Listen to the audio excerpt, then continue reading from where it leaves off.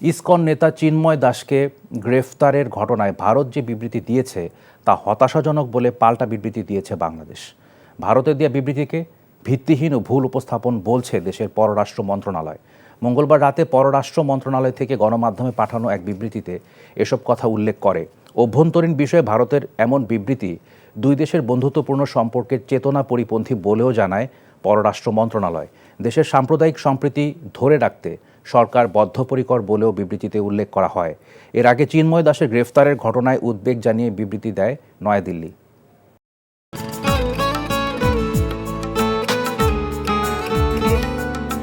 আপনার নামটা? নীলা। রাহুল।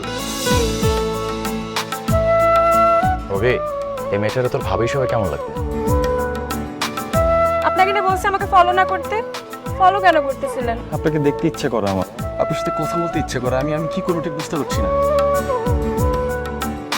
ওরে বাবা, ওই মেয়ে, অথচ তারে তুমি চিনো না? হ্যাঁ, কি মায়ায় তাকাও তুমি, একটু দেখে চোখের খেয়াল, তোমায় দেখার তৃষ্ণা ভীষণ। ভালোবাসায় বুঝি দেনা পাওনা থাকে? অবশ্যই থাকি, ভালোবাসা সবকিছু থাকে।